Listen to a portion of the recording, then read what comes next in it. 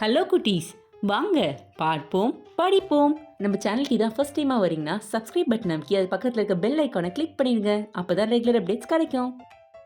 இன்னைக்கு நம்ம திருக்குறளை பற்றி பார்க்க போகிறோம். திருக்குறளை எழுதியவர் திருவள்ளுவர். 2ஆம் அதிகாரமான வான் சிறப்பை பற்றி பார்க்க போகிறோம். வான் சிறப்புனா மலையின் பெருமையை பற்றி சொல்கிறது.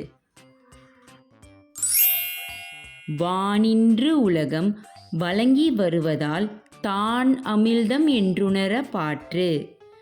மழை நீங்காமல் பெய்து உயிர்கள் நிலை பெற்று வாழ்வதற்கு அம்மலை அமிழ்தம் போன்றது ஆகும்.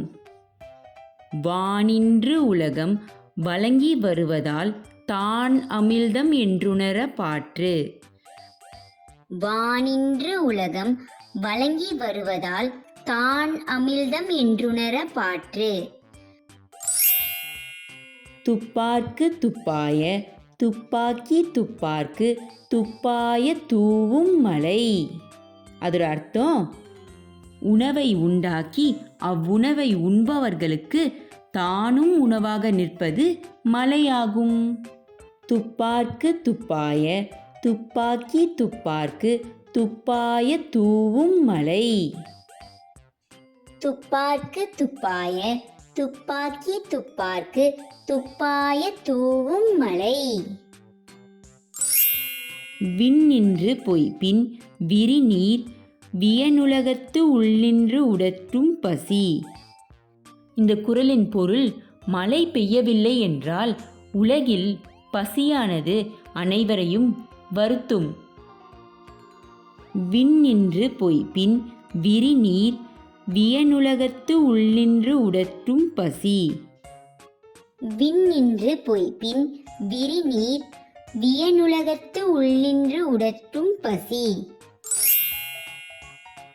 ஏரின் உலாஅர் உழவர் புயல் என்னும் வாரி வளங்குன்றி கால்.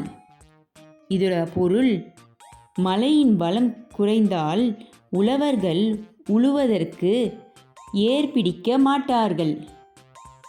ஏரின் உலாஅர் உழவர் புயல் என்னும் வாரி வளங்குன்றி கால்.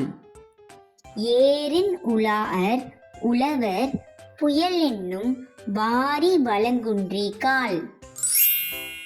கெடுப்பதும் கெட்டார்க்கு சார்வாய் மற்றாங்கே எடுப்பதும் எல்லாம் மழை. மழை பெய்யாமல் மக்கள் வாழ்வை கெடுப்பதும் பெய்து மக்களை வளமுடன் வாழ வைப்பதும் மழையே ஆகும். கெடுப்பதும் கெட்டார்க்கு சார்வாய் மற்றாங்கே எடுப்பதும் எல்லாம் மழை. கெடுப்பதும் கெட்டார்க்கு சார்வாய் மற்றாங்கே எடுப்பதும் எல்லாம் மழை. நன்றி. உங்க குழந்தைக்கு இந்த வீடியோ பிடிச்சிருந்தா லைக், ஷேர், சப்ஸ்கிரைப் பண்ணுங்க. அடுத்த வீடியோல பார்ப்போம்.